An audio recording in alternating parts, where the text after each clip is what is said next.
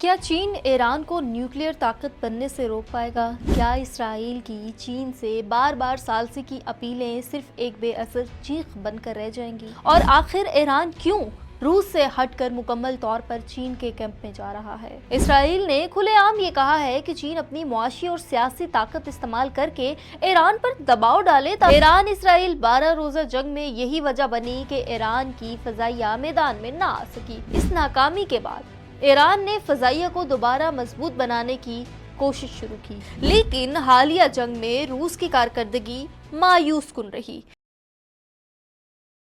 ناظرین، اس ویڈیو میں ہم ان تمام سوالات کا تفصیلی تجزیہ کریں گے۔ تیار ہو جائیں ایک چٹپٹی، سنسنی خیز اور عالمی سفارتکاری سے بھرپور اپ ڈیٹ کے لیے۔ اگر آپ چاہتے ہیں کہ دنیا کی اصل سیاست اور خفیہ حقیقتیں سب سے پہلے آپ تک پہنچیں تو فوراً چینل کو سبسکرائب کریں، ویڈیو کو لائک کریں اور کامنٹس میں ہمیں ضرور بتائیں آپ کی کیا رائے ہے اور آپ کیا سمجھتے ہیں کہ چین کو ایران کے جوہری عزائم روکنے میں کردار ادا کرنا چاہیے۔ ناظرین، حالیہ دنوں اسرائیل کی طرف سے ایک اہم اور غیر معمولی مطالبہ سامنے آیا۔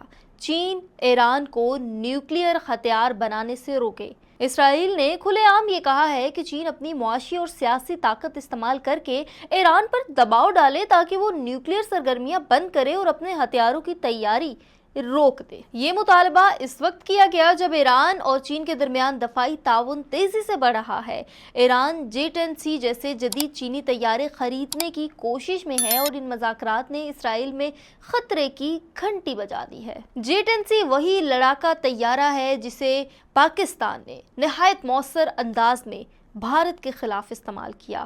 پاک فضائیہ نے ان طیاروں کی مدد سے نہ صرف بھارتی رافیل طیاروں کا مقابلہ کیا بلکہ عالمی سطح پر ان چینی طیاروں کی اہمیت بھی منوائی۔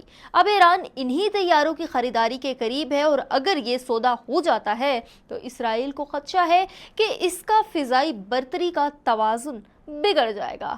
ایران کی فضائیہ اس وقت 150 کے قریب طیاروں پر مشتمل ہے، جن میں اکثریت 1989 سے پہلے کے ماڈل کی ہے۔ زیادہ تر طیارے تکنیکی طور پر فرسودہ ہو چکے ہیں اور کسی بھی بڑی جنگ کے اندر مؤثر کردار ادا نہیں کر سکتے۔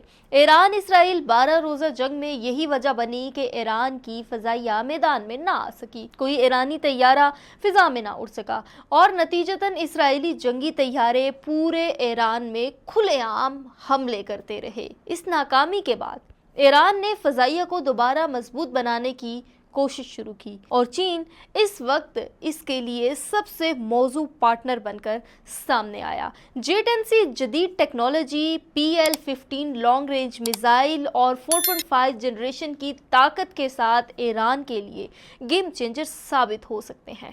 اس پیش رفت سے اسرائیل میں بے چینی مزید بڑھ گئی ہے۔ اسی لیے اسرائیلی حکام نے چین کے شنگھائی میں موجود قونصل جنرل سے مطالبہ کیا کہ چین ایران کو یہ طیارے فراہم نہ کرے بلکہ اگر ممکن ہو تو نیوکلیئر سرگرمیوں پر بھی دباؤ ڈالے اور ان کو روکے۔ لیکن یہاں سوال یہ ہے، کیا چین ایسا کرے گا؟ معاشی اعتبار سے چین اور ایران کے تعلقات نہایت مضبوط ہیں۔ ایران کا 90% خام تیل چین خریدتا ہے اور جو کہ ایرانی معیشت کے لیے آکسیجن کی اہمیت رکھتا ہے۔ اگر چین یہ خریداری بند کر دے تو ایران کی معیشت شدید بحران کا شکار ہو سکتی ہے۔ اس کے علاوہ دونوں ممالک کے درمیان 25 سالہ اسٹریٹجک معاہدہ موجود ہے جس کے تحت چین نے ایران میں 400 ارب ڈالر کی سرمایہ کاری کرنی ہے۔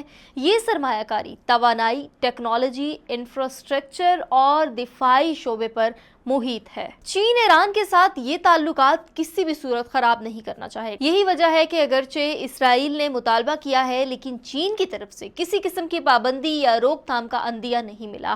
اس کے برعکس چین نے اسرائیل کے حملوں کی مذمت کی ہے اور ایران کے دفاعی حق کی حمایت کی ہے۔ ناظرین، چین کی سفارتکاری ہمیشہ نان انٹرفیرنس یعنی غیر مداخلتی اصولوں پر مبنی رہی ہے۔ چین نے کبھی کسی ملک کے داخلی معاملات میں براہ راست مداخلت نہیں کی، چاہے وہ ملک اس کے قریبی اتحادی ہوں یا مخالف۔